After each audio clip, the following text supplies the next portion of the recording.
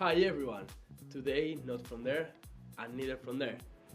Hi everyone, and welcome back to What Drive Us. My name, Jaume Solé again, and this is the episode number 3. In episode 1, we talk about what motivation is and where it comes from.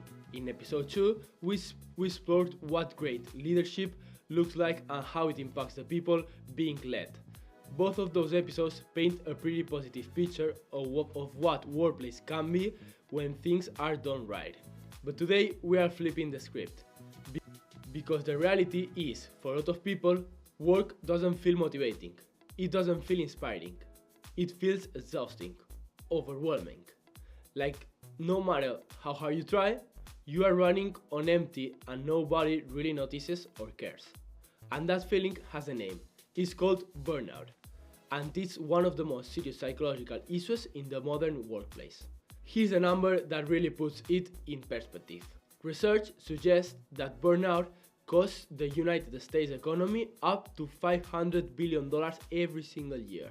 That's not just a personal problem, that's a crisis. So today we are going to talk about what burnout actually is, why it happens, what disengagement looks like, and maybe the most important thing, what companies are getting completely wrong when it comes to keeping their people motivated and healthy. Let's get into it. So let's start with the big question. What actually is burnout? A lot of people throw that word around casually. Like, oh, I'm burned out from studying or doing homework, or even I'm burned out from this project. But psychologically speaking, burnout is something much more serious than just feeling tired or stressed for a few days. The World Health Organization actually officially recognized burnout as an occupational phenomenon, meaning it's specifically caused by the work environment. And according to researcher Wilmar Schauffele, whose 2021 research on burnout is one of the most referenced in the field, burnout is defined as a syndrome that results from chronic workplace stress that has not been successfully managed. And it has 3 specific dimensions. The first one is exhaustion. This is the core of burnout. It's not just a physical tiredness, it's a deep emotional and mental depletion where you feel like you have absolutely nothing left to give. You wake up early exhausted. You go through your workday like a zombie. The second dimension is cynicism. This is where you start developing really negative and detached attitudes toward your work. Things that used to matter to you stop mattering. You become indifferent, disconnected, maybe even bitter. You stop caring about the quality of your work because what's the point anyway? And the third and last dimension is inefficacy. This is where burnout starts attacking your sense of self. You start feeling incompetent, like nothing you do is good enough. Your confidence takes a serious hit and you begin to question whether you are even capable of doing your job or not. Now, here's what's really important to understand. Burnout doesn't happen overnight. It's a slow process. It builds up over time through what researchers call the health impairment process, where job demands consistently pile up and exceed what a person can handle. Think about things like an unmanageable workload, working extremely long hours, constant conflicts with colleagues, or impossible deadlines with no end in sight. And when those demands keep piling up without enough resources to balance them out, things like support from manager, autonomy in your work, or opportunities to grow, that's when burnout takes hold. The scary part, by the time most people realize they are burned out, they have already been running on empty for a long time. So now that we understand what burnout is, let's talk about one of the most important psychological frameworks for understanding why it happens. It's called the Job Demands Resources Model, or the JDR model for short. This model is actually really straightforward once you understand it.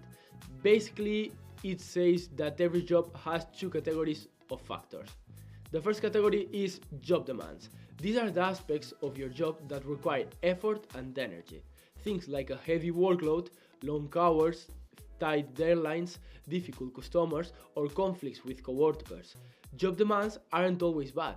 some pressure can actually be motivating, as I said before in the episode 2, but when demands are consistently too high and go on for too long, they start to drain you physically and mentally.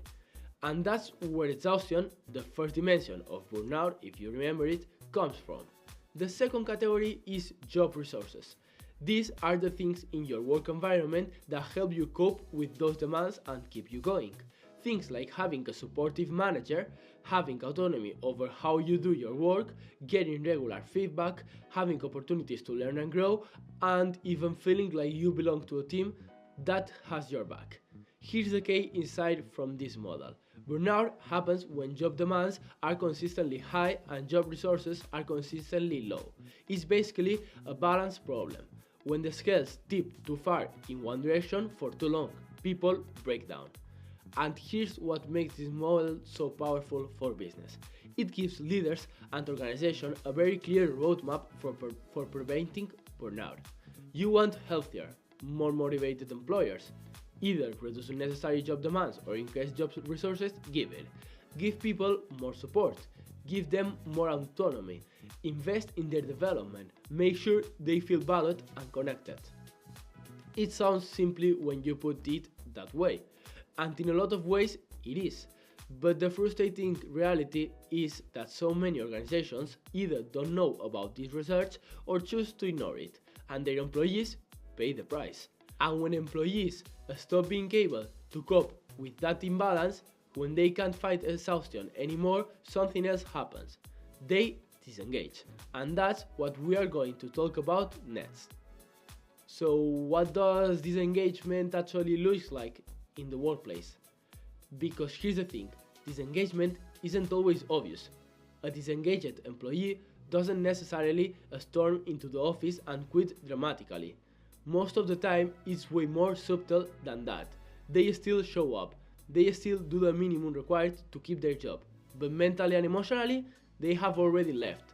Psychologists describe disengagement as distancing yourself emotionally, cognitively, and physically from your work. You stop caring about the quality of what you produce. You stop going the extra mile. You stop contributing ideas in meetings. You stop investing in your relationships with your coworkers, and you are physically present, but mentally someone else entirely. And here's what's really interesting. Disengagement is actually a coping mechanism. When people are overwhelmed by job demands and starved of job resources, disengagement is the brain's way of protecting itself. It's like the man saying, okay, I can't handle this anymore, so I'm just going to check out. The problem is that while disengagement might protect the individual in the short term, it is incredibly costly for organizations. Think about it, a disengaged employee is still being paid. They are still taking up a seat, but they are contributing a fraction of what they are capable of. And that gap between what someone could contribute and what they actually contribute when disengaged, that costs companies billions of dollars every single year. And disengagement has another really serious consequence. It often leads to turnover. Research shows that disengaged employees are significantly more likely to quit their jobs. And when talented people leave, organizations don't just lose their skills and experience, they lose time and money it took to hire and train them in the first place. So disengagement isn't just a personal problem for the employee, it's a massive organizational problem. And the really frustrating part, most of the time it was completely preventable. So if burnout and disengagement are this serious and this costly, why do so many companies still get it wrong? What are they really missing? So the biggest mistake I see in the research is this. Companies think they can solve motivation problems with money, but money is not all. Just give people a raise and everything will be fine. And look, nobody's saying money doesn't matter. It does. You need to pay people fairly, but research by Chatsoglou, published in 2024, found something really eye-opening. Non-financial incentives actually have a stronger impact on employee motivation than financial ones. Think about that for a second. The things that actually keep people motivated and engaged at work aren't primarily about their paycheck. They are about feeling recognized for their job, feeling empowered to make decisions, having opportunities to grow and advance, feeling like what they do actually matters. This connects directly to something called Herzberg's hygiene motivation theory.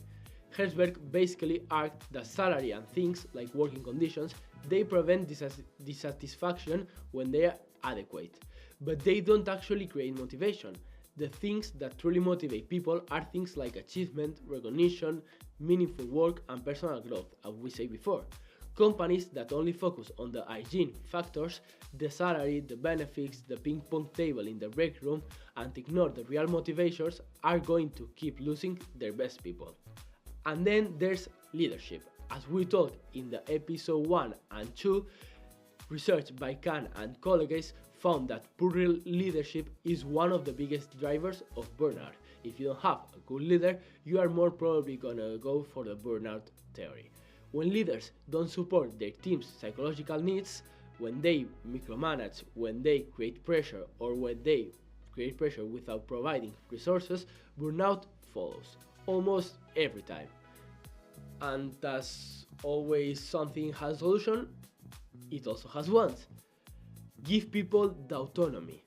Recognize their efforts. Invest in their growth. Make sure they have supportive leaders. Make sure they are treated well. Create an environment where people feel like they belong and their work has meaning. That's not just good psychology, that's good business. Alright guys, so let's wrap up the episode 3 with a quick recap. We talk about what burnout really is, not just feeling tired but a serious psychological syndrome with 3 dimensions. Do you remember them? Exhaustion, cynicism and inefficacy. We broke down the job demands resources, remember it, JDS model, and how burnout happens when demands consistently outweigh resources. We explored what disengagement looks like and why it's such a costly problem for organizations. And we talk about what companies are getting wrong, the most important thing in the chapter, relying too much on financial incentive and not enough on the things that actually drive people. Now we've covered a lot of ground over these 3 episodes. I'm sure you have watched the first 2, but if you didn't, please go and watch them. We covered motivation, leadership, and burnout, among others. All of it through the lens of psychology. But there's one more thing I really wanted to do for this podcast, and that's bring in a real expert. In our final episode, episode 4, I'm sitting down with my general psychology professor, Jeff Hill, for a one-on-one conversation about all these topics we already covered in the episodes. I'm going to ask him questions that I think get to heart of everything we have been talking about. What really drives people, what makes a great leader, and what can we do to build healthier, more motivated workplaces. I'm generally really excited for this episode, so make sure you tune in for the final episode of What Drives Us. Are you ready? See you then!